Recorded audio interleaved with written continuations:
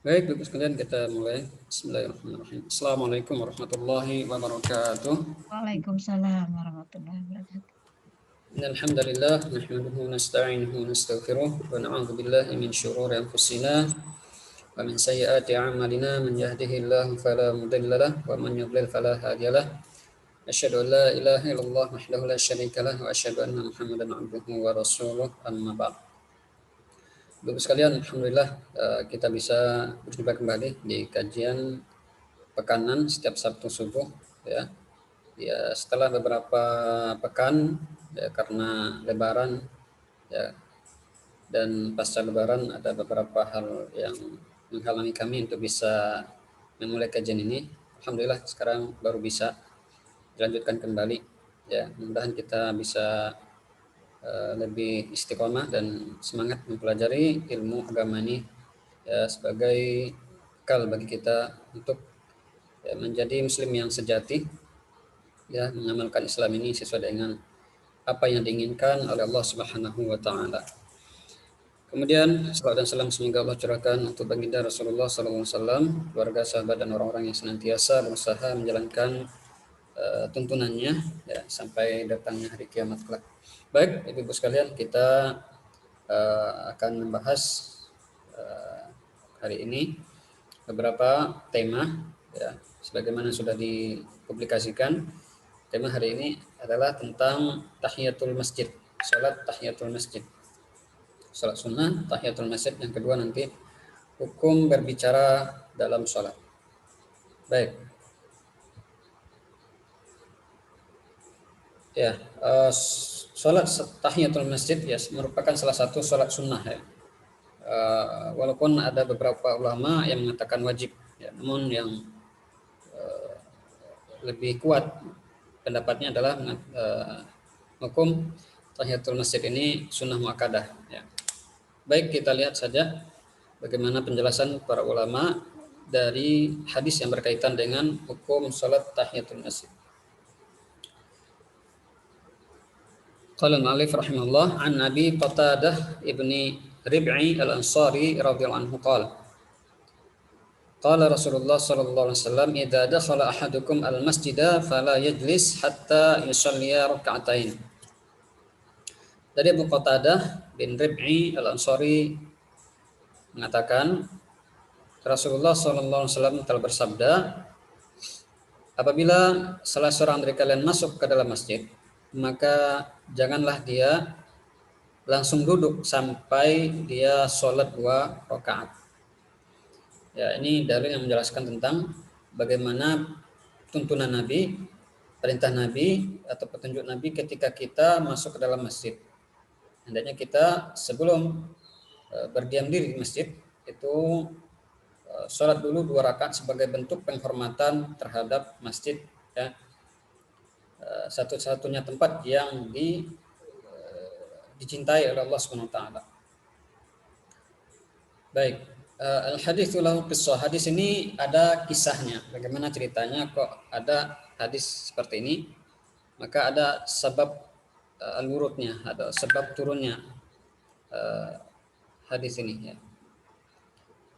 Qala Abu Qatadah dakhaltu masjida Rasulullah sallallahu alaihi wasallam wa Rasulullah baina dhahranai nas. Aku masuk ke dalam masjid Rasulullah, berarti ini di Madinah. Ya, masjid Rasulullah maksudnya adalah Masjid Nabawi di Madinah. Sementara Rasulullah sallallahu alaihi wasallam berada di tengah-tengah orang banyak. Qala fajalastu. Abu Qatadah mengatakan, maka aku langsung duduk di masjid itu. Faqala Rasulullah sallallahu alaihi wasallam, "Ma mana'aka an tarka'a raka'ataini qabla an tajlis?" Kemudian Nabi melihat Abu Qatadah ini langsung duduk, maka Nabi mengatakan, apa yang menghalangimu untuk sholat 2 rakaat ya sebelum duduk? Qala faqultu ya Rasulullah. Maka Abu Qatadah mengatakan, aku katakan wahai Rasulullah, ra'aituka jalisan wan nasu julus. Ya, aku melihat engkau sedang duduk dan orang lain juga semuanya dalam keadaan duduk. Maka Rasulullah langsung mengatakan, hadis ini idza dakhala ahadukum al-masjida fala yajlis hatta yusalliya raka'atain. Apabila salah seorang dari kalian masuk ke dalam masjid, maka janganlah duduk langsung sampai dia sholat 2 rakaat. Ya, ini sebab turunnya hadis ini atau hadis yang berkaitan dengan kisah ini. Ya. Baik, kita lihat di sini beberapa makna kalimat atau kosakata dari hadis. Fala yajlis artinya adalah nasun alal julus, teks yang menjelaskan tentang duduk. Ya. Fahuwa yashmulu man dakhala al-masjid bi niyatil julus fi wa min babi aula man dakhala an-naum.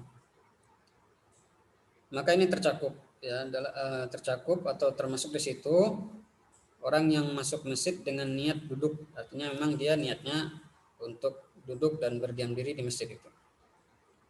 Apalagi kalau orang yang masuk ke dalam masjid untuk tidur, ini juga tetap diperintahkan untuk sholat 2 rakaat sebelum dia tidur di masjid. Kalau memang di situ dibolehkan atau ada kebutuhan untuk tidur di masjid, ya misalnya orang yang mau itikaf dan sebagainya ya.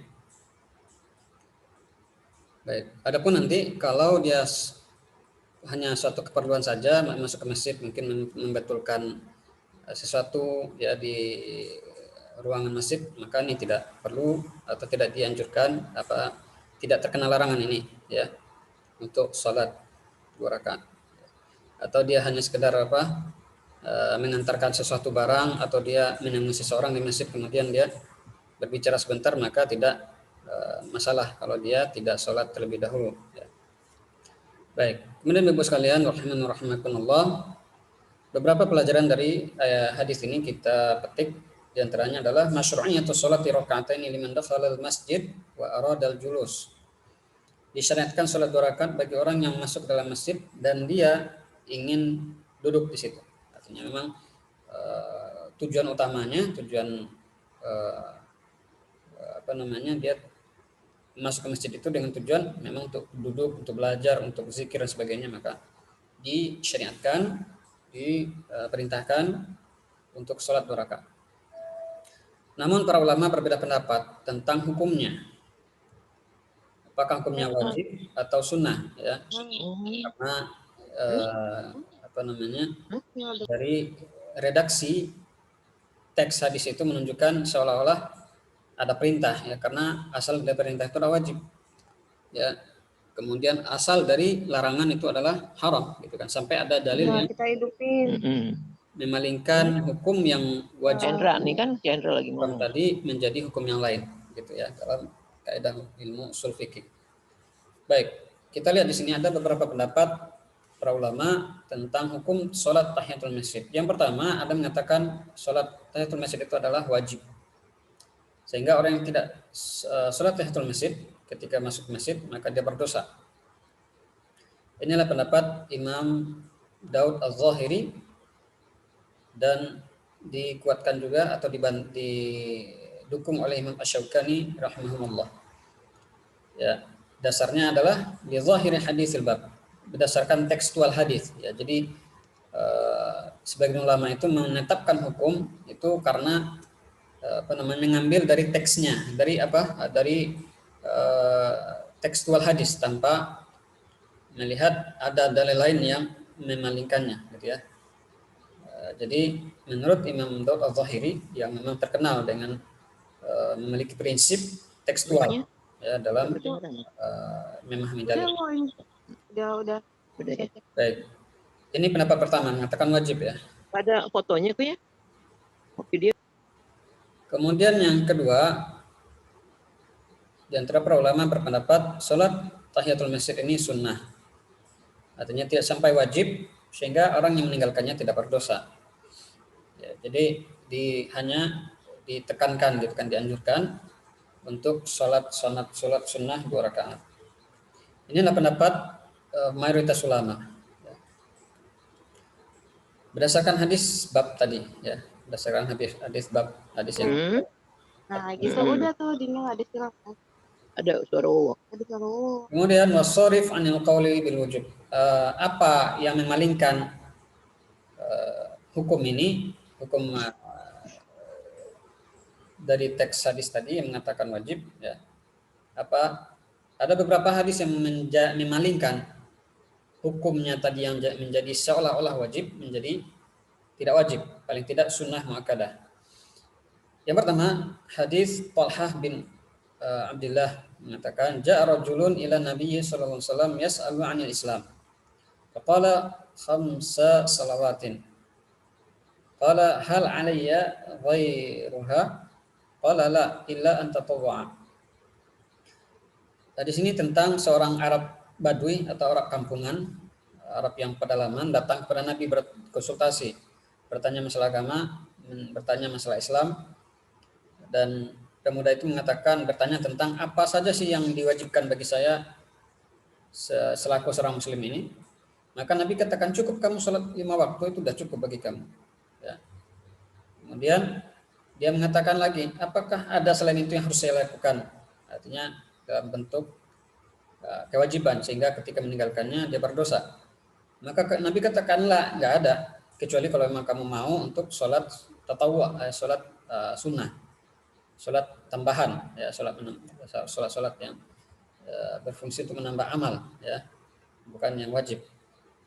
Berdasarkan hadis ini, hadis yang hadis utama atau hadis bab yang mengatakan sholat, yang seolah-olah mengatakan sholat tahiyatul masjid itu wajib, jadi terpalingkan maknanya dengan hadis ini, ya. Karena hadis ini mengatakannya cukup sholat 5 waktu, berarti di luar dari sholat 5 waktu tidak wajib, gitu kan. Ini hadis pertama. Kemudian hadis kedua, Abdullah bin Yasar. Hadis Abdullah bin Busr. Anna rajulan ja'a wan nabiyyu yakhtub fatakhatta riqaban nas faqala lah ijlis faqad adaita wa anaita. Rawahu Abu Daud. Bahwasanya ada seorang pemuda datang ke majelis Nabi sementara Nabi berkhutbah. Ya, wallahu alam apakah ini khutbah Jumat atau khutbah yang lain. Namun di beberapa hadis atau yang populer, ketika Nabi menjadi khatib ketika sholat Jumat. Kemudian pemuda ini datang, gitu kan, datang melangkah dan melangkahi pundak orang lain yang sudah ada di situ, yang sudah duduk menunggu atau yang sedang mendengar khutbah. Ya, jadi ini suatu perbuatan atau tindakan yang kurang etis, ya. Sehingga Nabi katakan ijlis, duduk kamu, gitu kan. Kamu telah melakukan gangguan, ya, dan kamu juga telat sholatnya. Maka di sini menunjukkan bahwasanya Nabi tidak suruh orang ini atau pemuda ini untuk sholat 2 rakaat, langsung suruh ketika sedang sholat Jumat, ya, kemudian dia mau masuk ke dalam shaf atau ke dalam barisan, maka Nabi katakan suruh langsung duduk, ya, enggak memerintahkan untuk sholat terlebih dahulu. Maka berdasarkan ini sholat sunnah, sholat tahiyatul masjid menjadi tidak wajib, gitu. Itu hadis kedua. Hadis ketiga yang menjadikan sholat sunnah, sholat tahiyatul masjid menjadi sunnah adalah hadis yang diriwayatkan oleh Ibnu Abi Syaibah dari Zaid bin Aslam mengatakan, kana ashabu Rasulillah sallallahu alaihi wasallam yadkhuluna al-masjid wa yakhrujuna wa la yusallun. Para sahabat Nabi itu mereka masuk masjid dan keluar tanpa sholat. Artinya menurut penglihatan atau pengamatan sahabat ini, Ibnu Abi Syaibah ini biasa melihat para sahabat ya biasa saja kalau mau masuk ya, tanpa harus sholat tahiyatul masjid dan keluar begitu saja, ya. Berdasarkan hadis ini maka dalil yang di hadis pertama, ya, hadis bab ini yang seolah-olah tadi menunjukkan wajib, ya, hukum sholat tahiyatul masjid menjadi tidak wajib atau sunnah muakkadah, dan inilah pendapat yang lebih kuat. Hadzal qaulu huwa sahih, pendapat yang sahih, yang tepat dan yang kuat. Ya. Baik, jadi kita tahu hukumnya ya, bahwasanya sholat tahiyatul masjid ini ada yang mengatakan wajib, ada yang mengatakan sunnah. Mana yang kita ambil pendapatnya? Ya, kita ambil pendapat yang sesuai dengan dalil ya. Kaidahnya apa tadi? Selama hadis itu tidak ada yang memalingkan hukumnya dari hukum asal, maka dia tetap dalam keadaannya. Tapi kalau ada hadis yang menunjukkan atau memalingkan suatu hukum ke hukum lain, maka hukumnya jadi berubah ya. Jadi hukum sholat tahiyatul masjid adalah sunnah muakkadah, tidak wajib. Baik. Kemudian Ibu sekalian, yang kedua, pelajaran yang bisa diambil dari hadis ini adalah bahwasanya orang yang masuk masjid dan dia tidak ingin atau tidak punya niat untuk duduk, maka tidak disyariatkan baginya untuk sholat tahiyatul masjid. Seperti orang yang masuk masjid untuk lewat saja. Karena ada satu kebutuhan kemudian dia lewat dalam masjid atau mengambil sesuatu ya, atau dia ada pekerjaan di di masjid itu, mungkin memperbaiki AC, kipas angin, atau memasang perabotan yang ada di sekitar atau lingkungan masjid, maka dia dalam keadaan berdiri. Maka pendapat yang kuat adalah dia tidak disyariatkan untuk melakukan sholat tahiyatul masjid. Tapi kalau dia mau sholat tahiyatul masjid, maka dia tetap dapat pahala. Ya. Baik. Kemudian yang ketiga,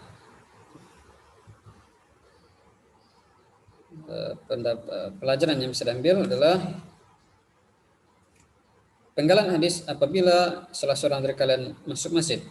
Ini sifatnya umum ya, masuk masjid, semua masjid, apapun masjidnya, sampai-sampai Masjidil Haram ya di Mekah, maka bagi orang yang masuk ke dalamnya maka dia sholat sunnah 2 rakaat kalau dia tidak niat untuk tawaf.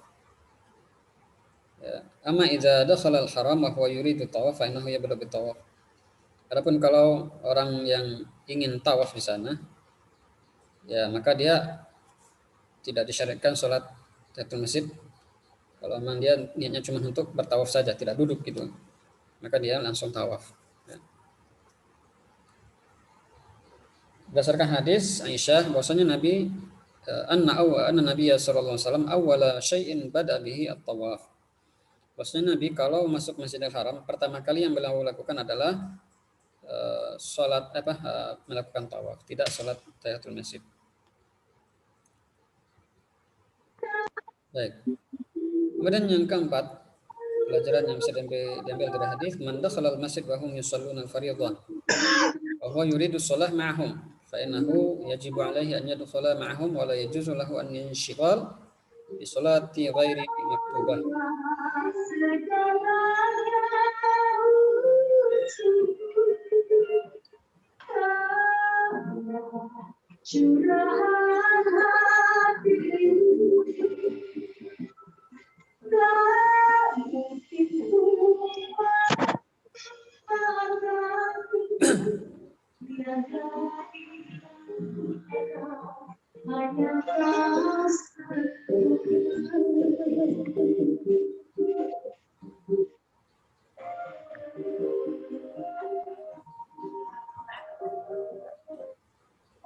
Baik, Bapak sekalian, tadi sampai mana? Sampai nomor 4 ya. Barang siapa yang masuk masjid dan dia... Sebentar, ada yang masuk sini Pak Endawan ini. Pak Endawan, mohon maaf. Dari mana ya Pak Endawan ya? Kok masuk ke sini ya? Pak, mohon maaf Pak, ini kajian umahat Pak.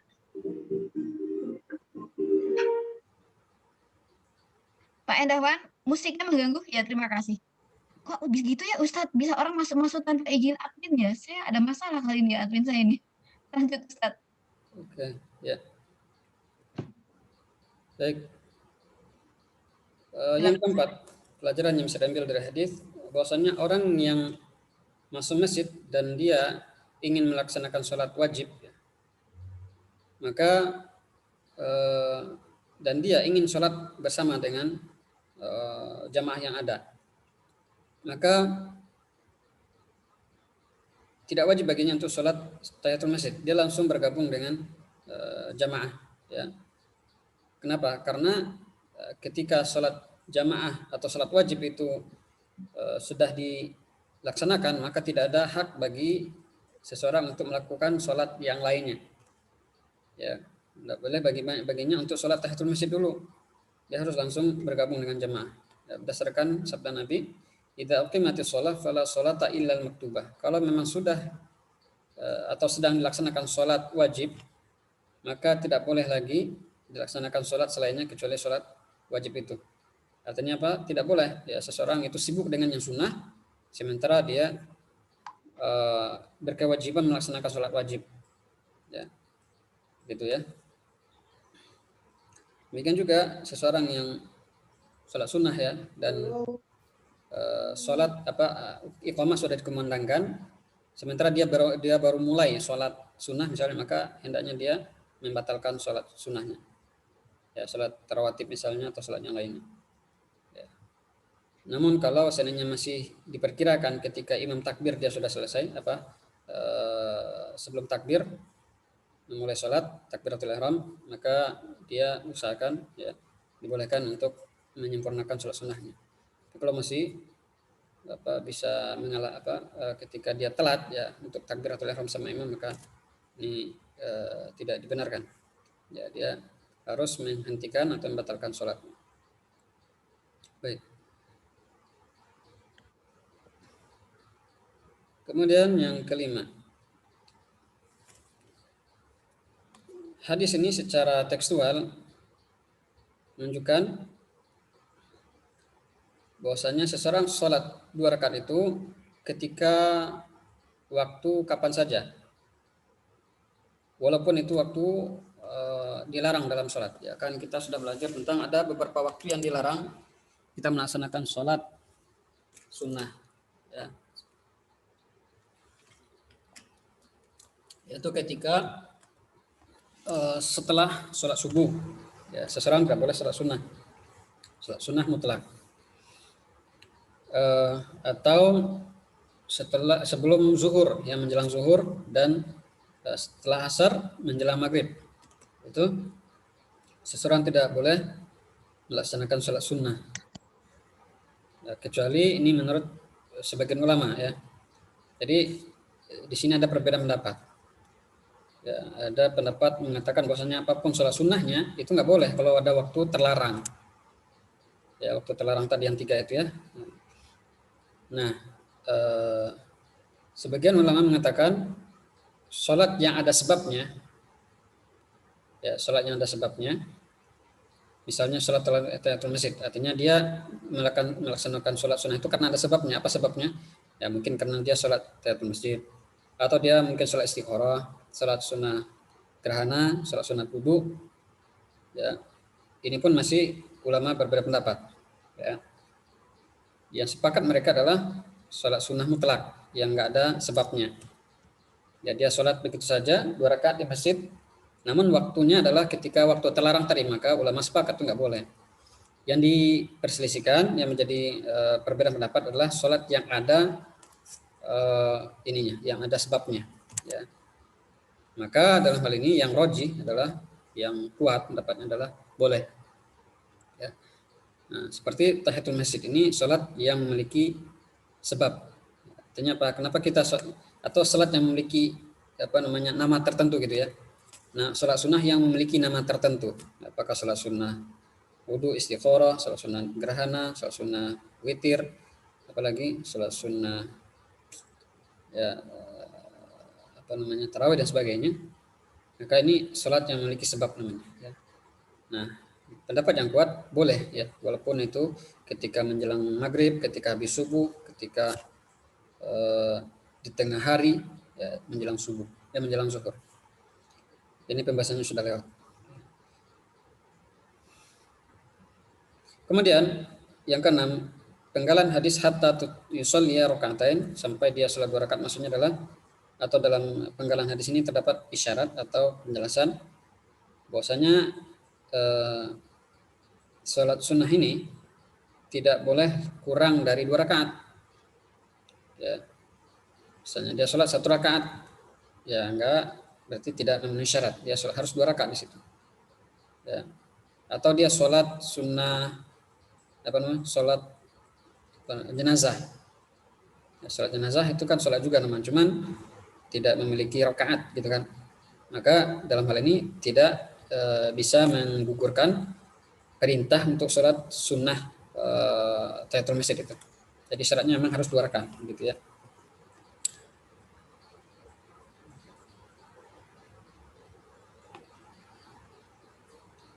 Kemudian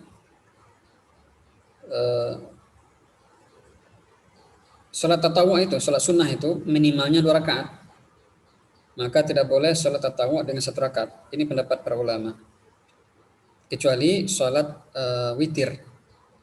Ya, sholat witir itu kita boleh sholat minimal 1 rakaat. Namun pertanyaan, apakah sholat witir itu bisa menggugurkan sholat atau perintah sholat sunnah tahiyatul masjid? Maka dalam hal ini tidak. Karena sholat witir kalau memang cuma 1 rakaat tidak memenuhi syarat. Tapi kalau dia sholat witirnya 3 rakaat, maka ini boleh kan. Ya, namun tidak bisa bisa digabungkan sekalian niatnya. Ya, dia sholat sunnah, sunat tahiyatul masjid, kemudian sholat witir satu sholat digabungkan dengan 1 niat, itu dibolehkan. Nah, itu dia Ibu sekalian, rahimani rahimakumullah, tentang hukum sholat tahiyatul masjid. Ya. Baik, kita lanjut sekarang tema kedua tentang larangan berbicara ketika sholat. Mungkin ada pertanyaan. Ya jelas ya. Masa dalam sholat kita dibolehkan berbicara? Maka kita lihat di sini bagaimana proses ya, proses penyempurnaan syariat dalam sholat. Ya, awalnya bagaimana? Awalnya seseorang itu boleh berbicara dalam sholat selama pembicaraan itu ada keperluannya, ada hajatnya, ada kebutuhan untuk berbicara dalam sholat tersebut atau mengungkapkan sesuatu yang bukan dari bagian dari ucapan sholat, ya, bacaan sholat. Baik, kita lihat di sini hadis yang berkaitan dengan ini, dengan larangan atau dengan yang berkaitan dengan masalah berbicara dalam sholat. An Zaid ibni Arqam radhiyallahu anhu qala kunna natakallamu fi shalah yukallimu ar-rajulu sahibahu wa huwa ila jambihi fi shalah hatta nazalat wa qumu lillahi qanitin fa umirna bisukut wa nuhina 'anil kalam. Kata Zaid bin Arqam ini, dulu kami biasa berbicara ketika sholat. Dengan catatan yang dibicarakan itu adalah pembicaraan yang ada keperluan, ya, ada kebutuhan, ya, seperti mengingatkan seseorang misalnya ketika dia salah dan diberikan isyarat. Gitu. Yukallimur rajulu sahibahu, di mana seseorang yang sedang sholat itu berbicara dengan temannya ketika sholat, yang berada di sampingnya ketika sholat itu. Sampai turunnya ayat, berdirilah kalian di hadapan Allah dalam keadaan khusyuk. Maka kami diperintahkan untuk diam dan dilarang untuk berbicara. Ya. Secara global hadis ini menjelaskan bahwasanya sebelum disempurnakan ya, aturan dalam sholat itu, para sahabat awalnya itu biasa berbicara dalam sholat selama pembicaraan tersebut ada hajat atau keperluannya. Sampai datangnya dalil yang menegaskan tidak boleh bicara sama sekali, begitu ya. Baik.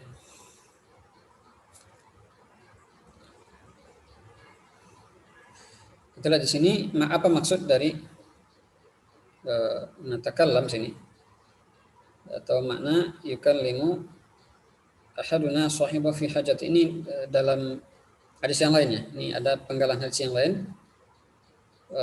Lebih jelas di situ dijelaskan seseorang di antara kami berbicara dengan temannya fi hajatihi, selama ada keperluan atau memang dibutuhkan pembicaraan tersebut.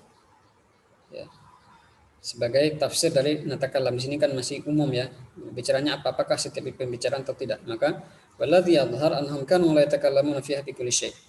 Maka dari teks sini jelas bahwasannya mereka itu berbicara bukan semua pembicaraan yang mereka lakukan. Tidak apa namanya setiap apa tanpa batas ya, apa saja dibicarakan, tidak, bukan demikian. Jadi yang bicarakan itu innama yaqtasiruna alal hajah min raddis salam wa nahwi. Pembicaraan mereka itu hanya sebatas ada keperluan seperti membalas atau menjawab ucapan salam. Ya, misalnya kita sholat nih ya, ada orang lewat mengucapkan assalamualaikum, maka kita boleh menjawab waalaikumsalam warahmatullah. Ya. Kemudian ada lagi pendapat mengatakan cukup dengan isyarat, ya tangannya diangkat, tangan kanannya mungkin diangkat gitu ya, sebagai bentuk menjawab salam seseorang. Seperti itu. Ketika telah sempurna syariat, tidak boleh lagi berbicara dalam sholat.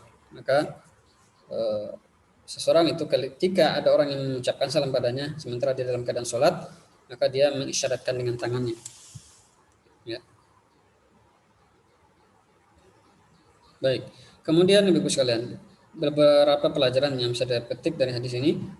Yang pertama, hadis ini menunjukkan bahwasanya haramnya berbicara dalam sholat. Secara umum ya, berbicara dalam sholat yang bukan bagian dari bacaan sholat, maka hukumnya haram. Ya, kalau haram berarti sholatnya tidak sah. Namun di sini kita lihat ada beberapa rincian dalam masalah berbicara dalam sholat itu. Yang pertama, dia berbicara dalam keadaan sengaja. Dia tahu hukumnya, alim dia. Bahwasanya dia tahu ya sholat itu nggak boleh berbicara. Kemudian dia sengaja berbicara. Dan dia juga dalam keadaan sadar, tidak karena lupa atau tidak karena faktor lain. Dan itu tidak ada hubungannya dengan maslahat sholat. Maka hukumnya haram dan bisa membatalkan sholat. Ya. Imam Ibnu Munzir rahimahullah mengatakan dalam kitabnya tentang ijma' atau kesepakatan para ulama. Ajma'a ahlul ilmi ala anna man takallama fi shalah aliman 'amidan dzakiran li ghairi maslahati shalah wala li inqadhi muslimin min halakah anna shalatahu tabtul.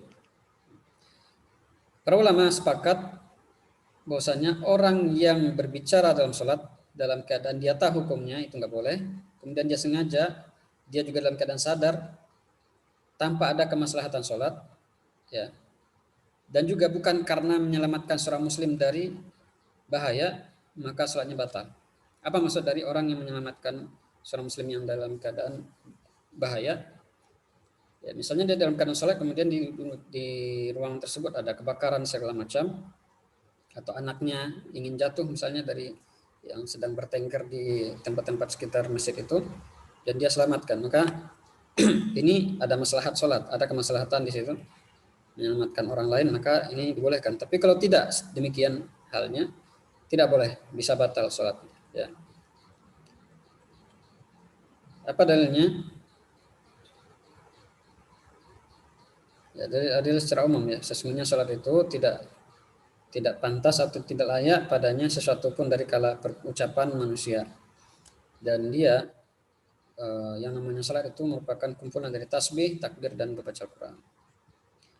Itu yang pertama. Kemudian yang kedua tentang rincian orang yang berbicara dalam sholat adalah intakalama jahilan.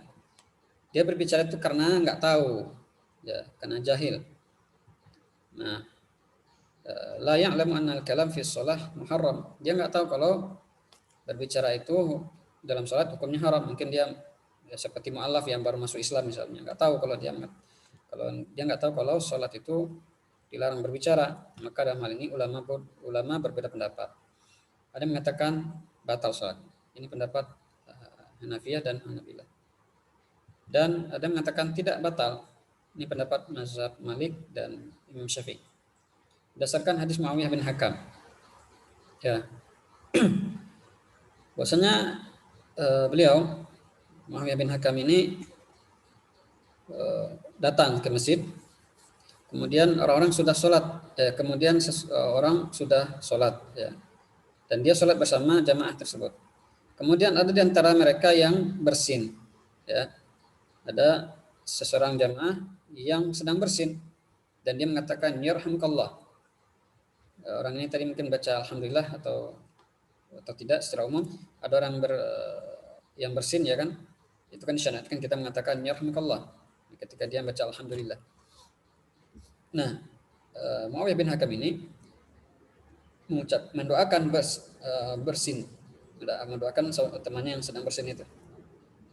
Kemudian faramanin nasu bi absarihim. Kemudian jamaah yang ada, ya, itu melirik atau menatap mata menatap Muawiyah bin Hakam ini, namun tidak menoleh kepalanya. Ya, jadi ketika Muawiyah bin Hakam ini mengucapkan yarhamukallah, dia sedang sholat itu, sahabat yang lain melirik, ya. Kemudian aku katakan, kata Muawiyah, waskala amniyah ma sya'nukum tantadhiru ilayya ma sya'nukum tantadhiruna ilayya. Apa-apaan ini? Kalian kenapa gitu melotot melihat aku? Ya. Qala fabada'u yadribuna afkhadahum. Mulailah kemudian yang sahabat yang para sahabat, orang-orang yang sedang memelototin itu mulai dia memukul ininya, pahanya sebagai isyarat diam gitu, ya.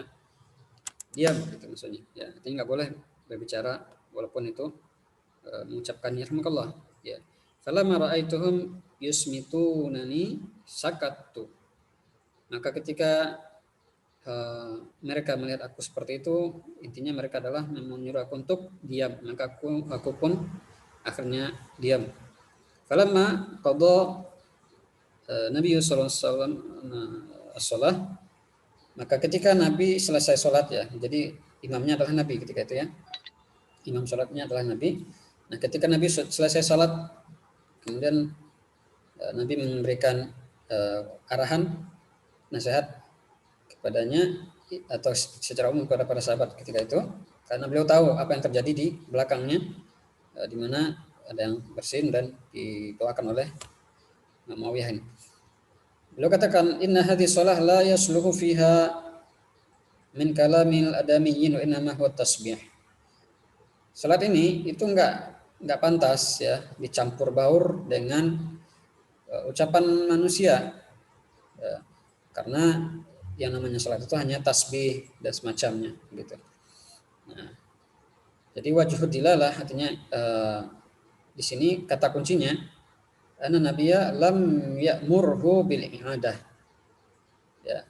Bahwasanya Nabi enggak menyuruh Muawiyah tadi mengulang sholatnya, cuma memberikan ingatan, memberikan arahan saja. Ya, kalau ke depan enggak boleh lagi, ya, untuk selanjutnya enggak boleh lagi untuk berbicara walaupun itu hanya mengucapkan ya rahmatullah dan semacamnya. Ya.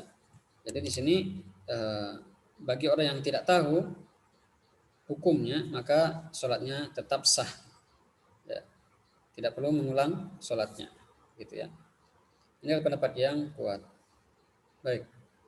Kemudian berikutnya adalah ada kalanya seseorang itu berbicara dalam sholat karena lupa, bisa jadi, ya. Maka hukumnya adalah ada yang mengatakan sholatnya batal, ada juga mengatakan sholatnya tidak batal karena yang namanya lupa, ya, tidak ada unsur kesengajaan. Ini adalah pendapat yang kuat, ya. Lianna nisyan kal jahil, karena lupa itu sama dengan orang yang bodoh, orang yang nggak tahu hukumnya, seperti tadi, ya kan. Jadi lupa dan jahil itu di sebagian kasus itu disamakan hukumnya. Dan juga berdasarkan dalil Rabbana la tu'akhidna in nasina aw akhtana.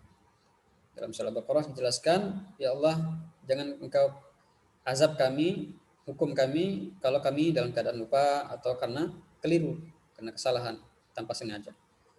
Ya. Jadi kalau dia lupa dan keliru, maka tidak tidak dihukum, ya, tidak dikena sanksi atau tidak berpengaruh kepada suatu status hukum. Kemudian dalam sabda Nabi juga ada rufi'a an ummati al-khata' wan nisyan wa mastukrihu alaih. Diangkat dariku, artinya dosanya enggak dicatat ya. Ya, tidak dicatat dosa bagi umatku kalau dalam keadaan keliru ya, atau dalam keadaan lupa dan dipaksa. Gitu. Itu pembagian yang ketiga. Jadi kalau dia lupa atau karena nggak tahu hukumnya, berbicara itu maka boleh baginya, artinya sholatnya tetap sah. Kemudian yang keempat, intakallama huwa na'im. Dia berbicara dalam keadaan dia tidur. Nah, ini gimana ini? Kalau Waalaikumsalam Bu Afia. misalnya seseorang dalam keadaan sholat kemudian karena saking ngantuk, nah dalam keadaan mengantuk dia tiba-tiba ngoceh gitu kan dalam sholatnya. Ya biasa gitu ya kalau kita dalam keadaan apa? Terkadang gitu. Kita dalam keadaan mengantuk ini di luar sholat ya. Kita sedang beraktivitas itu kan, kemudian kita dalam keadaan sangat mengantuk, itu terkadang pembicaraan kita tuh ngelantur. Ya, Ibu mungkin pernah mengalami gitu ya. Itu ketika itu biasa dan berpeluang terjadi hal seperti itu. Ketika seorang ngantuk banget, ngantuk berat, itu kalau dia sedang baca Al-Quran atau sedang beraktivitas itu terkadang dia bisa ngomong sendiri gitu, ngaco. Nah, bagaimana kalau orang yang seperti itu dalam keadaan sholat? Maka ada dua pendapat. Ada kalanya dia ada mengatakan sholatnya batal, ada mengatakan sholatnya tidak batal. Imam Ibnu Qudamah mengatakannya bagi Allah tubtila sholatahu. Hendaknya dia tidak membatalkan sholatnya. Artinya menurut Imam Ibnu Qudamah, kalau memang dia dalam keadaan sholat kemudian mengantuk banget, ya mengantuk berat, kemudian ketika membaca ayat terkadang dia ngelantur gitu bacanya, maka sholatnya tidak batal. Dia lanjutkan sholatnya. Ini menurut satu pendapat. Adapun pendapat yang lain batal. Karena hadzal naum alladzi ja'alahu yaghfulu hatta yatakallam huwa minan naum an-naqid lil wudu. Bahwasanya tidur seperti ini ya, mengakibatkan orangnya itu sampai-sampai ya saking lalainya dia, saking fly-nya itu dia ngoceh ya, berbicara sendiri tanpa ada alasan tanpa sadar. Maka kalau sudah seperti ini tidurnya berarti tidurnya sudah membatalkan wudu. Kalau wudunya batal ya sudah, sholatnya juga pun batal. Ya, nah ini pembagian keempat ya. Dia berbicara dalam sholat karena mengantuk. Kemudian yang kelima, ada kalanya seseorang itu berbicara dalam sholat karena menyelamatkan orang lain yang sedang dalam keadaan kritis misalnya ya, yang harus diselamatkan. Naqulu in istata'a an yubayyinabbiha bima la yahillu bisalah katasbih wa ghairihi fa hadha huwa al-masyru'. Fa lam yastati' fa yajibu 'alaihi yatakallam 'inda jami'il ulama. Menurut pensyarah kitab ini semampunya kalau dia masih bisa memberikan isyarat ya, yang tidak sampai merusak gerakan sholat seperti tasbih ya dan semacamnya, maka ini dibolehkan. Namun apabila dia tidak mampu, fa in lam yastati' fa innahu yajibu 'alaihi an yatakallama 'inda jami'i ulama. Namun dia ketika sudah memang tidak bisa lagi untuk memberikan isyarat untuk menanggapi kasus yang ada di sekitarnya ketika dia sholat, maka para ulama mengatakan ya boleh dia berbicara. Lakin hal tabtulu sholatuhu, apakah sholatnya batal? Maka di sini juga berbeda pendapat. Ada mengatakan batal, ya ma'ujubil kalam alaih, walaupun ya dia harus berbicara. Qila la tabtul, ada mengatakan tidak batal. Wa hadha huwa as-sahih. Karena kalamahu hinadzin kana bisyara' li maslahati dhahir. Menurut sebagian ulama mengatakan enggak batal karena pembicaraannya itu sesuai dengan syariat artinya disyariatkan demi kemaslahatan yang memang sudah jelas gitu. Ya, wallahu ta'ala alam ya. Kemudian Bapak sekalian, yang kedua, masalah yang berkaitan dengan bab ini adalah al-qahqahah. Ya, terbahak-bahak, ketawa terbahak dalam sholat. Apakah ini membatalkan? Maka para ulama sepakat. Nggak ada kemaslahatan dalam masalah tertawa, ya kan? Nggak ada kemaslahatan situ, maka para ulama sepakat tertawa terbahak itu bisa membatalkan sholat. Kemudian berikutnya adalah terisak-isak karena tangisan, takut karena kepada Allah. Bagaimana hukumnya kita menangis dalam sholat? Maka ada beberapa keadaan. Yang pertama, bahwasanya menangis tersebut sampai menguasai dirinya, sehingga dia tidak sanggup untuk membendung rasa tangis tersebut, maka sholatnya tetap sah. Bahkan ini termasuk yang dianjurkan gitu kan, menunjukkan kita itu betul-betul seorang hamba yang sangat butuh dan betul-betul menunjukkan kita ini hina di hadapan Allah, ya, itu sangat dianjurkan sekali, ya. Kemudian ada riwayat atau bagaimana dulu para sahabat, di antaranya Umar, ya, kana yabki hatta tasma'a nasyijahu min wara'is sufuf. Umar itu beliau sholat biasa dalam keadaan menangis sampai-sampai terdengar isaknya di belakang sof gitu ya. Nah ini. Jadi kita dianjurkan untuk menangis dalam sholat itu. Kemudian yang kedua, tadi kondisinya adalah memang tidak bisa dibendung rasa tangis itu. Ya.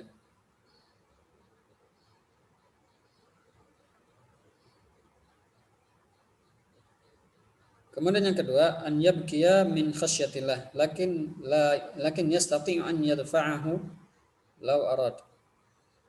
Yang kedua, seseorang itu dia menangis karena takut kepada Allah, namun dia masih bisa membendung rasa tangis dan isak tersebut, maka faraja'na la tabtul. Yang kuat pendapatnya adalah sholatnya tidak batal. Kemudian kondisi ketiga, an yabkiya min ghairi khasyatillah, mithlu an yabkiya li hadatsin wa huwa yastati' an yadfa'ah. Hadza fa mithlu hadza al-buka' mufsidun lis-shalah. Kemudian dia menangis itu bukan karena takut kepada Allah, mungkin karena dia terbawa kondisi, terbawa suasana, mungkin dia sebelum ada masalah ya dalam kehidupannya, ya, ada problematika yang dihadapi dalam kehidupan sehari-hari, sehingga terbawa menangis dalam sholatnya, bukan karena takut pada Allah. Maka sementara dia mampu untuk membendung, artinya dia bisa menahan ya, atau menghilangkan rasa sedih tersebut misalnya, maka kalau dia sengaja, artinya dia tetap berlarut-larut dalam kesedihannya, maka bisa merusak sholatnya. Ya. Dengan catatan apa tadi? Dia menangisnya bukan karena Allah, bukan karena khusyuk, karena terbawa suasana, karena kesedihan yang berlarut-larut dan semacamnya, maka ini bisa merusak sholat. Ya. Baik, nah itu dia Ibu sekalian rahimakumullah. Pembahasan kita hari ini tentang hukum sholat tahiyatul masjid adalah sunnah muakkadah. Ya, kemudian hukum berbicara dalam sholat ya dengan berbagai rinciannya. Ya, di sini ya, beberapa rincian yang ini harus kita pahami baik-baik. Ya, jangan sampai kita keliru dalam masalah ini. Ya, wallahu ta'ala alam. Mungkin ini yang bisa disampaikan, kurang lebihnya mohon maaf. Saya kembalikan. Barakallahu fikum jami'an. Silakan Bunda. Ya, baik. Bisa dibuka, ditutup dulu ininya, layarnya Ustadz. Ya. Ya. Terima kasih Ibu sekalian. Alhamdulillah 8 orang akhirnya ya, menyusul terakhir tadi Ibu Afia dan Ibu Yusrani. Ya, 8. Kemudian yang ingin saya tanyakan, terima kasih, ini ada kakak dari Purwakarta, Ibu Titin juga sudah masuk. Mungkin nanti juga kita beri kesempatan kalau ada pertanyaan. Mas saya ingin klarifikasi dulu, Tri Budi Apriyanti ini dengan Ibu siapa ya? Tri Budi Apriyanti, tolong Bu dibuka speakernya. Ade, Oh, Bu Bu Ade Bunda. Ade. Alhamdulillah, senang banget. Ibu-ibu semua Belum tolong speakernya diganti dibuka. namanya. Tolong speakernya dibuka supaya kita bisa berkomunikasi. Ya, Bu Santi, Bu Afia, dan Bu Yusani. Nah, kesempatan saya berikan dulu kepada yang pertama kali masuk nih, berupaya banget nih dari Purwakarta. Kakak ini, Unitin silakan nih, ada pertanyaan terkait dengan yang disampaikan Ustadz atau yang dekat-dekat ke sana gitu. Ya, Ya, silakan. mungkin ini Haji Evi, Ya. Uni mau tanya, kalau witir itu bisa diulang gitu, kalau mau kita tahajud. Kita kan setelah sholat isya, sholat witir. Terus tahajud kita sholat witir lagi nggak apa-apa itu? Baiklah, ini sebenarnya sudah pernah disampaikan Ustadz pada waktu kajian bulan Ramadan, tapi nggak apa-apa, nanti akan dijawab oleh Ustadz ya. Uni, ada lagi pertanyaan? Ya, makasih. Ini satu lagi, Haji. Nitin kan waktu di Tanah Suci di samping di bawah pincuran emas itu sholat tapi nangis gitu ya. Itu Iya, oke. tiba-tiba aja nangis gitu, tapi membaca lancar gitu ya.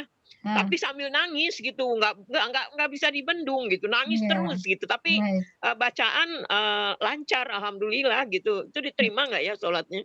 Oh, Masya Allah, itu barusan itu yang terakhir tadi disampaikan Ustadz kelihatannya ya. Baiklah, silakan Ustadz, 2 pertanyaan dari kakak di Purwakarta. Silakan Ustadz.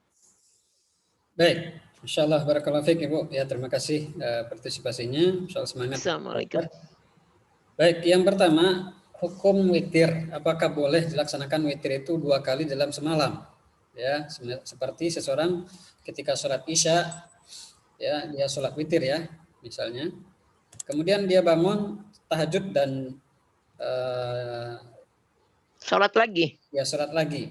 Maka dalam ini tidak dianjurkan Ibu. Artinya yang namanya witir dalam itu hanya sekali dalam semalam. Kalau seandainya 2 kali berarti dia tidak witir lagi. Dia menjadi genap gitu Ibu ya. Kalau Ibu witir awal ya 3 misalnya, dan setelah bangun sholat tahajud 3 lagi, berarti sholat witirnya jadi 6. Nggak jadi witir lagi kan gitu kan. Nah, oh iya. Nah, jadi dalam ini tidak dianjurkan Ibu ya. Cukup kita kalau memang khawatir ya tidak bangun misalnya. Nah, mungkin kita sholat witir dulu sebelum tidur, nggak masalah. Itu bagus ya. Namun kalau kita masih yakin ya untuk sholat witir, bangun dan witir, maka ya nggak masalah juga sih kita tidur aja tanpa sholat witir terlebih dahulu. Gitu. Baik Ustadz, terima kasih Ustadz. Ya, yang kedua masalah menangis ya dalam keadaan sholat. Ya, apakah menangis tersebut dibenarkan atau tidak, atau berpengaruh terhadap hukum sholat? Maka setelah dijelaskan tadi ya, kalau tangisan tersebut karena takut kepada Allah, maka ini dianjurkan. Amin, amin, ya, amin, amin. Ya, Ustadz memang merasakan ya ketika kita hadir di sana merasakan kekhusyuan gitu kan ya. Iya, betul. Terbawa terhadap emosi kita sehingga kita terenyuh ya jiwa kita, sehingga kita menangis, maka ini Masya Allah tangisan yang terpuji ya, yang dianjurkan. Amin, amin, amin. Ya, Allah Ta'ala. Ya. Seperti itu. Terima kasih banyak Ustadz. Assalamualkum warahmatullahi wabarakatuh. Warahmatullahi wabarakatuh. Ya, silakan Uni, bisa ditutup videonya Uni. Selanjutnya Mbak Santi nih, Mbak Santi. Baik. Halo Santi, Mbak Santi. Mbak Santi sudah kembali ke pasar minggu lagi nih. Silakan San, pertanyaannya nih. Ini yang tema kedua itu yang berbicara dalam sholat. Nah, kalau kita lagi sholat itu di kamar gitu, terus ada orang yang teriak-teriak assalamualaikum, apa kita juga harus jawabnya harus keras juga waalaikumsalam gitu? Apa kita cukup pelan gitu jawabnya Ustadz? Oke, ada lagi Mbak Santi, itu pertanyaan kebetulan mirip dengan pertanyaan aku tuh. Oke, ada lagi tambahan Mbak Santi pertanyaan? Kayaknya itu deh Bu Emi. Oke, aku juga mau nanya itu juga tadi, cocok. Terima kasih. Silakan Ustadz. Ya. Baik, ya mengucapkan atau menjawab salam ya, bukan bagian dari sholat ya. Iya. Ini berpengaruh terhadap sholat. Iya. Maka walaupun ini banyak khilafnya para ulama, jadi ambil jalan pintas, jalan kehati-hatian, kita mendahem saja. Mendahem, ya ini ada nanti insya Allah di pembahasan berikutnya. Tanah namanya, mendahem ketika sholat, memberikan isyarat kepada orang sekitar itu dibolehkan. Ya. Jadi kita berisyarat saja dengan mendahem, gitu kan. Kurang lebih seperti itu. Kalau mengeraskan bacaan gimana, Ustadz? Jadi Iya, kita keraskan aja bacaan. kalau mengeraskan bacaan, kalau wanita kan tidak dibenarkan mengeraskan bacaan kalau seandainya yang mendengar itu bukan mahramnya. Tapi kalau mendengar mahramnya, Allah Ta'ala alam ya. Dikeraskan bacaannya. Sampai sini saya belum menemukan jawabannya yang sesuai dengan dalil. Ya, sementara saya ini dulu ya, penting dulu jawaban kalau mengeraskan bacaan, apakah bagi perempuan boleh gitu kan? Kalau laki-laki bisa. Kalau laki-laki Laki boleh. aja yang bisa. Laki-laki. Ya, boleh ya. Boleh, insya Allah. Ya. Baik, terima kasih Mbak Santi. Selanjutnya Ibu Andung. Bu Andung, buka ke. Silakan buka ke. Halo buka ke ini monitor kadang-kadang di beberapa tempat ini. Baik, sebelum ke buka, kalau gitu saya alih dulu ke ini Bu Ade, silakan Bu Ade. Bu Ade, halo. Bu Ade. Oke. Baik, kalau gitu Bu Afia, silakan Bu Afia. Oh, buka ke. Ya. Silakan, giliran Ya, itu. terima kasih Bu Emi. Monggo. Ibu Keke aja dulu. Iya, terima kasih Bu. Assalamualaikum Ustadz. Waalaikumsalam. Yang pertama Ustadz, ketika kita datang ke masjid, sudah azan, berarti kan ada qobliyah fardu. Mana yang didahulukan, tahiyatul masjid atau qobliyah fardu itu, salat fardu itu? Yang kedua Ustadz, kalau kita sholat duha 10 menit sebelum itu kan ya zuhur, lalu kemudian kita sampai ke masjid, nah kita di sana belum azan, tetapi itu waktu-waktu yang 10 menit itu kan kita tidak boleh sholat ya sebetulnya ya, karena ada yang bilang bahwa sama dengan sholatnya non muslim gitu. Lalu bagaimana dengan tahiyatul masjidnya? Sebab kalau udah 10 menit berdiri kan lumayan juga Ustadz. Ada beberapa pertanyaan nih. Tadi Ustadz bilang niat sholat boleh beberapa sholat digabungkan. Bagaimana ya Ustadz itu ya? Apa niat sholat fardu sama sholat sunnah bisa digabungkan gitu? Baik. Sementara itu Ustadz. Oke. Ya, masalah menggabungkan niat ya, itu syaratnya harus sama, status sholatnya sama dengan sholat sunnah. Artinya sama-sama sholat sunnah. Adapun sholat wajib dengan sholat wajib lainnya atau dengan sholat sunnah maka tidak dibolehkan. Kalau kita masuk sholat tahiyatul masjid ya, maksud menjelang sholat wajib atau ya menjelang sholat wajib, kita berbenturan dengan dua bentuk sholat. Apakah itu sholat sunat wudu, sholat sunat tahiyatul masjid dan rawatib, maka dalam hal ini boleh digabung. Dan sholat tahiyatul masjid itu menjadi gugur ketika kita padungkan niat dengan sholat sunnah wudu sekaligus dengan sholat sunnah rawatib. Ya, boleh seperti itu. Jadi cuma 2 rakaat aja gitu? Ya, 2 rakaat. Oke. Cuma niatnya gimana tuh menggabungkan niat Ustaz?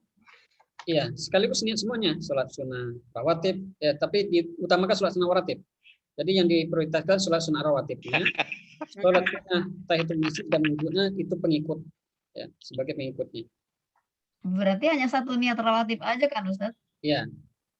Artinya kita tetap meniatkan yang lain gitu. Kita meniatkan supaya dapat pahalanya. Pahala sholat sunnah, sholat tahiyatul masjidnya dapat, pahala sholat sunnah wudunya dapat. Nah, sholat sunnah rawatibnya itu yang kita prioritaskan. Ya. Itu ya Ustaz. Kemudian itu yang 10 menit sebelum itu kita nggak boleh sholat tuh apa ya Ustaz ya? Ya, itu yang dilarang adalah sholat sunnah mutlak, Ibu. Artinya kita nggak ada sholat yang sholat sunnah sholat sunnah mutlak itu adalah sholat sunnah begitu saja, nggak ada istilahnya, nggak ada nama sholat sunnahnya. Bukan karena sebab tertentu gitu. Ya, kita sholat sunnah begitu saja 2 rakaat, maka tidak dibenarkan. Bukan sholat sunnah tahiyatul masjid namanya, bukan sholat sunnah wudhu namanya, bukan karena rawatib. Jadi sholat sunnah saja begitu 2 rakaat tanpa ada nama gitu ya. Itu yang tidak boleh. Oh ya. Nah, jadi yang tidak boleh itu adalah ketika 3 waktu itu. Ya, 3 waktu sebelum subuh, setelah subuh, sebelum zuhur, ya, menjelang zuhur dan setelah maghrib. Yang dilarang itu adalah kalau sholatnya itu sholat mutlak, sholat sunat mutlak, bukan ada sebab tertentu. Ya, kalau sholat tahiyatul masjid berarti ada sebab tertentu kan kita masuk masjid. Sholat wudhu berarti karena ada wudhu, gitu kan? Karena kita baru mulai wudhu, maka namanya sholat sunat. Sholat sunat rawatib berarti karena ada sholat tersebut mengiringi sholat. Ya, bisa lancar, Jang. Alhamdulillah, makasih katanya. Apaan ini itu, belum Nak? dimatikan ini. Uni sebentar tolong Oh, mic-nya dimatikan abangnya dulu udah nih. pergi ya? Uni sebentar, Ibu Udah Tin. nggak ada, berarti udah pergi ya. Uni tolong mic-nya Oh iya, dimatikan dulu. makasih. Aduh, Ajang ada aja. Lancar ini. Ya. Mic-nya boleh dimatikan dulu Uni. Oh Tin iya, di sorry. Purwakarta. Aduh. Kedengeran semua tuh pembicaraannya. Tolong dimatikan dulu ya, terima kasih. Lanjut Ustaz. Baik. Tadi apa Ibu Keke? Pertanyaan berikutnya saya lupa. Yang pertama tadi apa? Sudah terjawab semua Ustadz. Okay. Sudah terjawab semua. Nanti kalau misalnya ada waktu lagi saya tanya lagi ya Ustadz. Terima kasih Ustadz. Pokoknya gudang pertanyaan nih. Ibu kita menjadi kesempatan. Terima kasih. Benar-benar Ibu yang praktis-praktis. Selanjutnya kita berikan kepada Ibu siapa tadi yang dulu masuk ya? Ibu Tri dulu deh kayaknya sebelum Ibu Afia. Bu Ade, ada pertanyaan Bu Ade? Bu Ade? Oh, halo Bu Ade. Baik. Kalau Bu Ade nggak ada ke Bu Afia nih. Bu Afia. Bu Afia. Oke, Bu Yusrani, silakan Bu Yus. Bu Yus. Wah, ini mereka cuma pasang alat doang ya, orangnya nggak ada ini. Ada Silakan, Bunda. Bu Ade, silakan. Ya. Maaf Bunda, saya lagi safar, jadi hanya mendengarkan saja. Oh, nggak apa-apa. Kalau Ibu misalnya ada pertanyaan boleh yang terkait ini atau yang lainnya yang kira-kira masih gundah gitu, monggo silakan. Sebenarnya gini, misalkan kita ada yang sholat kan, perempuan. Kita mau ikut jamaah, ternyata dia sholat sunnah. Nah, dia sholat wajib. Nah, itu bagaimana hukumnya ya? Baik. Oke, bagus itu pertanyaannya Bu Ade, silakan Ustaz Hendra. Baik. Ya, ini para ulama berbeda pendapat juga. Namun yang kuat, kita dibolehkan berimam kepada orang yang sholat sunnah. Ya, kita boleh berimam kepada orang yang sholat sunnah. Contohnya apa kasusnya atau dasarnya? Dulu ada seorang sahabat yang biasa sholatnya itu 2 kali. Ya. Pertama dia sholat dulu di Masjid Nabi ya. Kemudian dia pulang ke kompleknya. Nah, di kompleknya itu enggak semua yang sholat sunnah di Masjid Nabi kan. Ya, mungkin karena jauh atau faktor lain. Kemudian dia diangkat menjadi imam oleh warganya. Nah, berarti dia sholatnya 2 kali. Nah, sholat pertama dia sholat wajib di Masjid Nabi. Pas dia pulang ke kompleknya, ke warganya, nah status dia sholat itu adalah sholat sunnah, gitu kan. Nah, makmumnya sholat wajib. Gitu. Jadi dalam hal ini boleh seseorang itu berimam kepada orang yang sholat sunnah. Dalam hal ini boleh sholat yang lain, misalnya sholat sunnah rawatib, misalnya ada seseorang yang sholat sunnah rawatib, kita nggak tahu kalau dia sholat sunnah rawatib. Ya mungkin karena kita telat sholat atau gimana ya, dan kita angkat dia menjadi imam. Ya, dan lebih bijak kalau memang dia ngerti gitu kan. Tapi kalau nggak ngerti, kadang-kadang diberi isyarat. Kita pegang bahunya sebagai syarat kita sebagai masbuknya.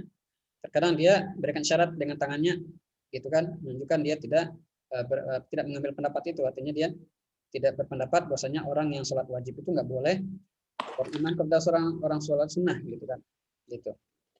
Nah, jadi secara hukum boleh Bu ya, kalau kita bermakmum kepada orang yang sholat sunnah. Kita sholat wajib, imam kita sholat sunnah, maka sah, dibolehkan seperti itu. Wallahu ta'ala. Iya, terima kasih. Selamat perjalanannya Bu Ade, mudah-mudahan lancar ya Bu. Amin. Terima Tadi kasih. sudah dijawab ya oleh Ustadz. Terus Ya, selanjutnya Ibu Alfia, silakan. Ibu Alfia akan, Ibu Afi, monggo Ibu Afi. Assalamualaikum Ustaz. Waalaikumsalam warahmatullahi wabarakatuh. Ketika kita sholat, kalau takbiratul ihram itu kita bikin kombinasi seperti yang pertama Allahu Akbarnya itu posisi sejajar di dada, yang kedua takbiratul ihramnya di bawah telinga, itu bagaimana hukumnya Ustadz? Sama satu lagi, tadi kan kalau setelah sholat itu menangis ya, meratap memohon pada saat sholat. Kalau setelah sholat meratap memohon ampun kepada Allah itu bagaimana Ustadz sambil menangis? Ya. Terima kasih. Ya, baik. Assalamualaikum. Waalaikumsalam warahmatullahi. Yang pertama masalah mengkombinasikan takbiratul intiqal, posisi tangan ketika takbir, ya. Adapun kata Ibu tadi takbiratul ihramnya dikombinasikan, perlu dicatat di sini bahwasanya takbiratul ihram itu hanya di pertama kali, Bu, ya. Takbir pertama itu takbiratul ihram. Adapun sisanya itu takbiratul intiqal namanya, takbir perpindahan gerakan. Mungkin yang Ibu adalah takbiratul intiqal, ya. Iya, Ustaz. Ya, atau mungkin takbiratul ihramnya setinggi bahu atau setinggi, kemudian yang lainnya dibedakan, maka boleh, karena semuanya ada riwayatnya, ya, dan semuanya dilakukan oleh Nabi. Kadang Nabi takbirnya setinggi bahu, setinggi telinga atau sedada, ya.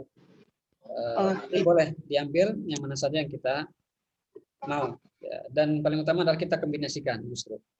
Ya, terkadang kita setinggi bahu, ya, terkadang setinggi telinga dan sebagainya, itu dalam rangka mengkombinasikan, memvariasikan supaya apa? Supaya yang diajarkan Nabi itu kita amalkan semua. Seperti itu. Ya, demikian juga kita perbandahara doa yang kita baca itu. Ya, mungkin kita pagi kita baca misalnya doa ibadahnya Allahumma ba'id misalnya. Atau mungkin nanti siangnya kita baca Kabirah, kan? Misalnya. Ya, yang lainnya. Ada beberapa versi, maka kita dianjurkan memvariasikan bacaan tersebut supaya apa? Supaya kita bisa mengamalkan apa yang pernah dituntunkan oleh baginda Rasulullah Shallallahu Alaihi Wasallam, seperti itu. Allah Taala. Baik, iya. Terima kasih Bu Afi. Dan selanjutnya Bu Yusrani. Iya, Bu Yusrani. Ayo Bu Yus, ada pertanyaan Bu Yus? Halo Bu Yus. Nih Bu Yus, kalau nggak ada pertanyaan, aku tanya dulu nih Ustadz nih. Kalau dalam sholat itu kan kita berdoa. Nah itu doa pakai bahasa Indonesia termasuk berbicara nggak itu dalam sholat Ustadz? Apa tuh? Baik, sebentar Bu. Tadi jawaban Ibu Afia yang kedua sebelum saya jawab, ya. Belum dijawab, maaf ya. Yang kedua itu masalah menangis di luar sholat, apakah dibolehkan? Selesai sholat Ustadz. Ya, boleh, bahkan itu termasuk anjuran, ya, di mana keutamaannya orang yang menangis dalam keadaan kesendirian dia merenungi merenungi dirinya, ya, merenungi, bermuhasabah, ya, terhadap dosa yang dilakukan dan berharap bagaimana nasibnya di akhirat kelak, sehingga menimbulkan rasa takut terhadap Allah sampai bercucuran air mata. Kata Rasulullah, kurang lebih mananya cucuran air mata yang mengalir bagi orang yang takut karena Allah itu tidak akan tersentuh, tidak akan bertemu dengan api neraka, gitu ya. Jadi orang yang mendapatkan naungan, salah satunya dari 7 orang yang mendapatkan naungan di akhirat, itu adalah orang yang ketika dia dalam keadaan sendiri merenung, bermunajat kepada Allah, kemudian fafadat ainahu, kemudian mengalirlah air matanya, takut kepada Allah, itu adalah orang yang mendapatkan salah satu naungan yang tiada naungan di akhirat itu kecuali hanya naungan Allah SWT. Jadi sangat dianjurkan itu kita menangis itu sering-sering. Ya, bahkan kita dianjurkan memperbanyak menangis daripada banyak bersedih, bergembira atau berketawa. Jadi itu kita keutamanya menangis karena Allah itu sangat besar keutamanya. Maka kita latih ketika sholat kita latih kita tuh menangis. Walaupun kita nggak bisa menangis, tapi berpura-pura menangis lah, gitu anjurannya dalam syariat. Ketika kita tidak sanggup menangis, maka pura-pura menangis di hadapan Allah. Ya, ini ditekankan, dianjurkan untuk melakukan hal itu dalam ibadah kita. Seperti itu. Terima kasih Ustaz. Iya, berpura-pura menangis walaupun Allah tahu betul isi hati kita itu ya Ustadz ya. Mudah-mudahan dengan begitu kita benar-benar jadi benar-benar menangis ya. Iya. Amin ya Allah. Iya. Bu Yusani, nah ini udah dibuka videonya nih. Dan tanya tadi apa tadi Bu? Iya, silakan Ibu. Silakan Ibu, ada pertanyaannya Bu Yusani. Doa dalam bahasa Indonesia Ustaz. Iya. Oh iya, aku belum jawab tadi. Pertanyaan aku Ustaz tuh dimonitor sama Mbak Santi itu. Sebentar Bu Yus. Ya, silakan. Assalamualaikum warahmatullahi wabarakatuh. Bu Yus, sebentar Bu Yus. Sebentar ya Bu Yus. Ini ada pertanyaan belum dijawab. Silakan Ustaz yang kaitan doa dalam bahasa Indonesia tadi itu. Ya. Apakah boleh kita berdoa dengan bahasa selain bahasa Arab? Ya. Yang pertama, hukum asal dalam beribadah sholat itu harus membaca dengan bacaan bahasa Arab ya. Ini sudah paten. Namun apakah ketika di kasus tertentu atau di bagian tertentu kita boleh berdoa dengan bahasa selain Arab, ya apakah bahasa Indonesia atau bahasa lain yang bagi warga bangsa tertentu. Nah dalam hal ini ulama berbeda pendapat juga. Ada mengatakan kalau sedang dalam sholat dalam sholat kan ada sujud ya, kita dianjurkan untuk memperbanyak doa ketika sujud itu ya. Nah, apakah kita boleh ya dengan mengucapkan doa itu dalam bahasa kita? Maka para ulama berbeda pendapat. Ada mengatakan boleh, karena memang situ adalah posisi kita dianjurkan untuk berdoa ketika sujud. Tapi selain itu jangan. Jadi kasusnya apa? Posisinya hanya ketika sujud gitu. Pendapat kedua tidak boleh, karena bukan bagian dari rangkaian bacaan sholat yang sudah paten. Nah, bagaimana kita mensikapi hal ini? Maka dalam kehati-hatian, kita baca doanya boleh dengan bahasa Indonesia, cuma dengan hati, dalam hati. Kita mengucapkan dengan hati, apapun yang kita inginkan, kita keluhkan, itu dengan hati kita, bukan dengan lisan. Seperti itu. Ini pendapat yang saya ambil ya untuk menjaga kehati-hatian saja ya. Ada dua posisi di situ. Sebelum ketika sujud ya kita perbanyak doa dengan bahasa yang kita pahami dengan hati. Kemudian sebelum salam, ketika akhir dari tahiyat ya, tahiyatul akhir, setelah bacaan tasyahud, asyhadu an la ilaha illallah dan seterusnya sampai hamidum majid. Setelah itu kita boleh membaca doa apapun yang kita inginkan. Tidak terbatas doa Allahumma inni a'udzubika min adzabi jahannam min adzabil qabri wa min fitnatil mahya wal mamat wa min syarri fitnatil masiihid dajjal. Ini salah satu doa. Boleh kita rubah atau kita ganti, kita pilih yang lainnya boleh saja. Bahkan dengan bahasa Indonesia pun tidak masalah. Dengan catatan dalam hal ini saya pribadi mengambil pendapat dia bacanya dengan hati saja. Ya, seperti itu. Wallahu taala a'lam. Oke, Ustadz. Baik Ustadz, ini ada Bu Yus mau tanya sebentar ya Bu Surani, ini terkait dalam hati tadi Ustadz. Jadi saya lari ke tilawah. Kan ada orang tilawah itu nggak terdengar suara gitu. Nah ini tilawah dalam hati itu boleh Ustadz? Apakah masuk dalam kategori kita mengaji gitu, baca Al-Quran? Baik.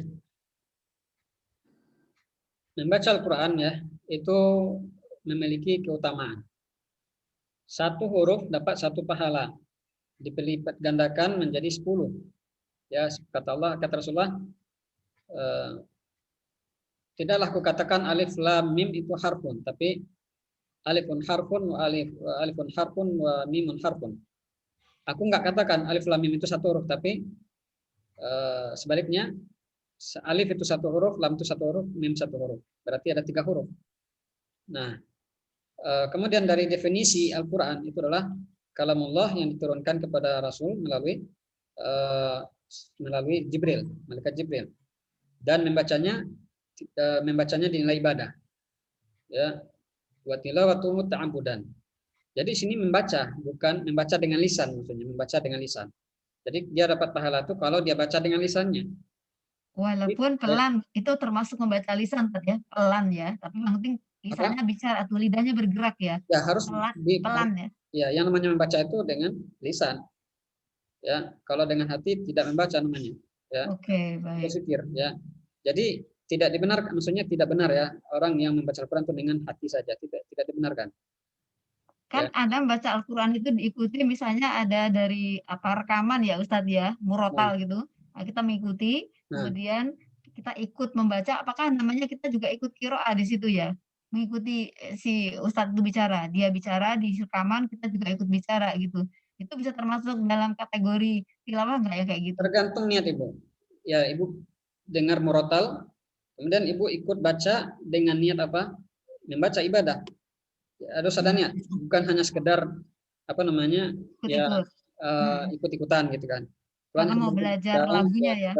Apa namanya sambil berleha-leha atau sambil bekerja ikut bacanya tanpa niat maka tidak dapat pahala. Oh, gitu. Harus diniatkan gitu. Baru baik. Pahala. Jadi misalnya sedang masak terdengar dibacakan dari radio atau TV surat Al-Baqarah. Lalu kita karena hafal ikut-ikut gitu membacanya. Tapi itu bukan tidak dalam kategori membaca Al-Quran itu ya, yang seperti itu gitu maksudnya. Kecuali kalau ada niat Ibu, ya ada niat misalnya sambil dapur kerja masak, ya kita niatkan baca ya misalnya Dzalikal kitabu la raiba fihi hudal lil muttaqin. Kita ikutin bacanya itu kalau kita niat kan baru dapat pahala. Tapi kalau hanya sekedar ya apa namanya santai sampai mengisi waktu saja maka tidak diberi pahala. Karena agak bingung sebenarnya masalah niat ini Ustadz gitu ya. Karena kan tiba-tiba ketika mendengar itu kita ikut mengikuti. Terus niat yang seperti apa gitu? Beda antara santai mengikuti dengan niat itu bedanya apa ya gitu? Iya, kita bisa membedakan ya kita niatkan ya tujuan kita membaca itu apa? Dapat pahala atau bukan?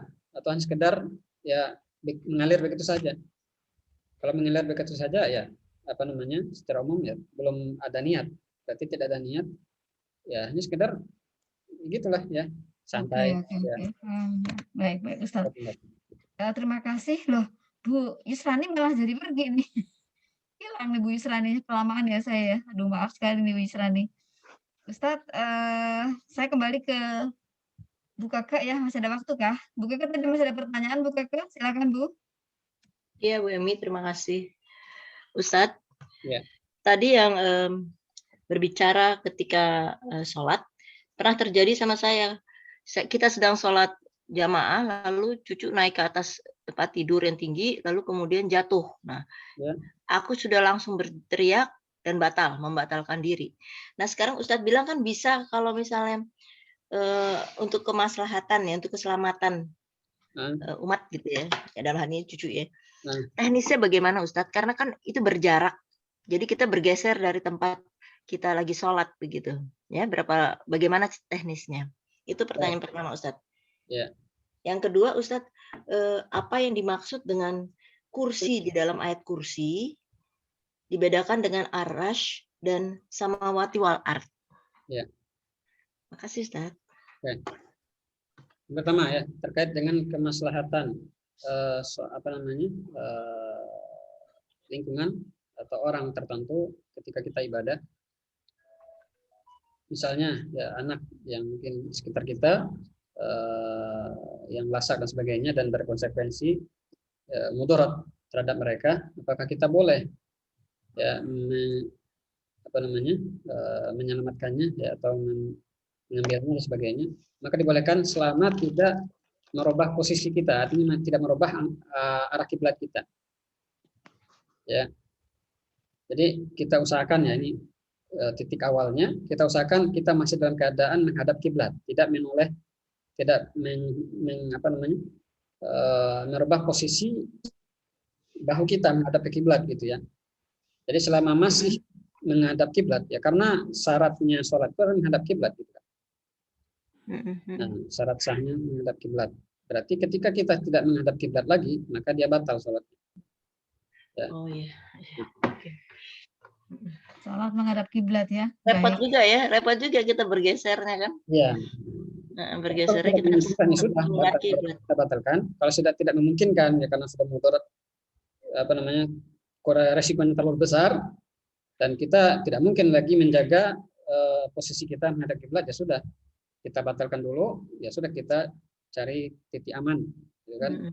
Kita cari kondisi-kondisi yang bisa menyelesaikan permasalahan yang ada di lingkungan kita, seperti itu. Yang pertama. Kemudian yang kedua, masalah arash dan kursi itu apa sih, ya? Yang pertama masalah akidah ya. Menjadi polemik ya di sebagian umat ya. Apakah arash itu ada atau tidak? Apakah dia berbentuk atau dia hanya sekedar kiasan saja? Atau kursi demikian juga? Maka dalam hal ini banyak hadis yang menjelaskan bahwasanya arash dan kursi itu adalah benda yang benar-benar nyata dan wujud. Nah, makhluk yang terbesar diciptakan Allah itu adalah arash. Ya. Arash itu adalah makhluk yang terbesar diciptakan Allah. Kemudian ukurannya itu adalah dalam sebuah hadis dijelaskan secara makna. Kursi itu ya luasnya adalah seperti gelang yang diteletakkan di padang pasir. Ya, kalau kursi itu ukurannya adalah luas langit dan bumi ya. Wasi'a kursiyyuhu samawati wal arda. Jadi kursi itu ukurannya adalah seluas langit dan bumi. Digabungkan semua langit dan bumi ini ukurannya sama dengan satu arash, satu kursi. Ya, langit dan bumi itu ukurannya sama dengan satu kursi. Nah, kursi dibandingkan dengan arash itu seperti gelang ditaruh di tengah padang pasir. Seperti itu. Arash besar sekali berarti ya, Ustaz. Ya. Dan arash ini dipikul oleh 8 malaikat. Ya. Ada malaikat pemikul arash namanya. Ada dalam Al-Qur'annya. Ada malaikat pemikul arash. Berarti sangat besar itu malaikat yang memikul arash itu. Ya. Subhanallah. Ya, insyaallah. Jadi arash itu makhluk yang terbesar, kemudian bandingannya dengan kursi adalah seperti ya, gelang yang ditaruh diletakkan di padang pasir seperti itu. Ya, berarti kursi sama dengan samawati wal ardh. Ya, ukuran kursi itu adalah seluas langit dan bumi. Masya Allah. Itu real ya Ustadz ya? Maksudnya ada gitu ya? Ya, itu nyata. Berbentuk, ada hakikatnya, bukan sekedar kiasan. Ya, itu ada ya, hakikat ya, setelah hakikat. Kemudian masalah arash ya, banyak orang yang menjadi permasalahan sini ya. Masalah istiwa ya. Allah itu beristiwa di atas arash. Bagaimana? Maka kita dalam hal ini ada kaedahnya atau aturannya. Jangan kita samakan dengan makhluk. Ya, kata Imam Malik, al-istiwa'u ma'lum. Ya, dalam surah At-Taha dikatakan Ar-Rahmanu 'alal 'arsy istawa. Allah itu beristiwa di atas arasy-Nya. Nah, kita memahami aturannya apa kaidahnya? Al-istiwa'u ma'lum. Artinya apa? Istiwa itu secara bahasa, secara makna dalam bahasa Arab adalah tinggi. Ya, Allah berada di atas arasy, tinggi berarti di atas aras, maka kita tidak boleh menganalisa, mengakal-akali dengan otak kita. Oh, berarti Allah di atas itu berarti Allah butuh. Enggak, bukan seperti itu. Nah, ini menjadi polemik ya, sebagian orang mengatakan oh aras Allah tuh berada di atas aras, berarti gimana dong? Berarti Allah Maha butuh makhluk. Bukan begitu ya. Ini yang pertama, kita harus yakini Allah berada di atas aras, tidak bergabung dan tidak menyelinap dengan makhluknya. Ini bahaya nanti kalau orang mengatakan Allah di mana-mana. Ya, Allah di mana-mana gimana? Berarti Allah kecil dong. Ya, Allah itu terpisah dengan makhluknya. Allah di mana-mana, Allah di masjid, ya gimana? Masjid kan kecil. Kan kita meyakini Allah itu besar. Ya kan? Enggak mungkin Allah masuk ke dalam makhluk yang kecil gitu kan. Nah, maka ini bahaya keyakinan seperti itu kalau kita tidak memahami dengan benar. Kata Imam Malik yang berikutnya adalah al-istiwa ma'lum wal kaifiyatu majhul. Kaifiyatnya, teknisnya, bagaimana bentuknya itu enggak tahu kita, enggak boleh kita akal-akali, kita boleh analisa, enggak boleh kita pikirkan dengan otak kita. Kita hanya cukup meyakini. Karena ini masalah gaib. Gitu kan? Dan Nabi dan sahabat enggak pernah berdalam-dalam mencari-cari, mengorek-ngorek bagaimana hakikatnya, enggak boleh. Bahkan itu bagian dari larangan dalam memahami asma dan sifat Allah. Ya. Nah, kemudian yang ketiga, wal su'alu anhu bid'ah. Ya, istiwa ma'lum wal kaifiyatu majhul was su'alu anhu bid'ah. Dan bertanya-tanya bagaimana Allah itu di atas arsy bagaimananya, enggak boleh itu bid'ah. Sehingga Imam Malik ketika ditanya dengan oleh seorang jamaah di majelisnya, Imam Malik marah sekali. Ya, dan bahkan disuruh keluar, mengusir orang bertanya tadi. Mungkin sudah terkenal, mungkin dia suka bertanya nyeleneh-nyeleneh gitu kan. Bertanya yang enggak ada ya menimbulkan fitnah di hadapan orang banyak, menimbulkan kerusakan, membuyarkan akidah orang, sehingga Nabi Imam Malik itu marah besar, diusir itu orang bertanya masalah itu di majelisnya. Mungkin sebelumnya sudah pernah diingatkan atau bagaimana. Tapi yang jelas ini pelajaran penting bagi kita tentang masalah asma, tentang nama dan sifat Allah itu ada kaidahnya. Insya Allah nanti kita bertauhid kita akan bahas lagi. Ya, seperti itu ya. Jazakallah Ustaz. Jazakallah Ustaz. Ya, terima kasih Ibu-ibu, Insya Allah. Setelah berada di kelas ini ya sejak jam 6 tadi nih untuk Ibu Ita, untuk Uni Ita nih dari Purwakarta. Terima kasih Bu Afia, terima kasih Ibu Ade dalam perjalanan Bu Ade. Mbak Santi, Masya Allah ya, Mbak Santi sekarang nggak live nih karena sudah ada di Jakarta ya. Mbak Santi ada tambahan pertanyaan Mbak Santi? Mbak Santi? Ya, Ya. Ya, ada tambahan pertanyaan setelah sampai di negara Serbret ini? Ada Bu Emi. Cukup ya? Cukup ya, sudah jam 8. Iya, sudah jam 8 juga ya, baik. Terima kasih sekali Ustadz hadirnya. Terima kasih banyak Pak Ustadz. Ya, mudah-mudahan sehat selalu ya. Kemarin sempat kita libur 2 minggu ya karena kondisi Ustadz.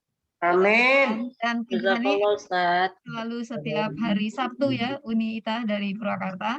Boleh juga diajak nanti keluarga di sana yang rumah tapi ya bisa ikut mendengarkan. Bu Kaka terima kasih, Masya Allah ini Bu Kaka tumben full hari ini, biasanya cuma sepotong-sepotong terakhir ya Bu Kaka ya, luar biasa. Terima kasih, pertanyaannya juga jadi manfaat untuk kita semua. Bu Ade juga sekali lagi Bu Santi terima kasih sudah kembali, mudah-mudahan sudah menetap ya di Serbret lagi. Baik Ustadz, silakan Ustadz ditutup kajian kita ini. Baik, Bapak sekalian, rahimahullah. Alhamdulillah selesai sudah kajian kita hari ini. Mudah-mudahan ini bisa menjadi ilmu yang bermanfaat bagi kita, bagi saya pribadi dan ibu sekalian ya, kita sama-sama berusaha mengamalkan Islam ini sesuai dengan ilmu ya, dan banyak amal soleh dengan ilmu tersebut. Ya, kemudian terima kasih banyak atas perhatiannya. Kurang lebih mohon maaf. Barakallahu fikum jami'an. Kita tutup. Subhanallah. Sama-sama Pak Ustadz. Terima kasih. Jazakallah Ustaz. Wabarakatuh. Waalaikumsalam warahmatullahi wabarakatuh. Ibu-ibu bisa dibuka video Ibu supaya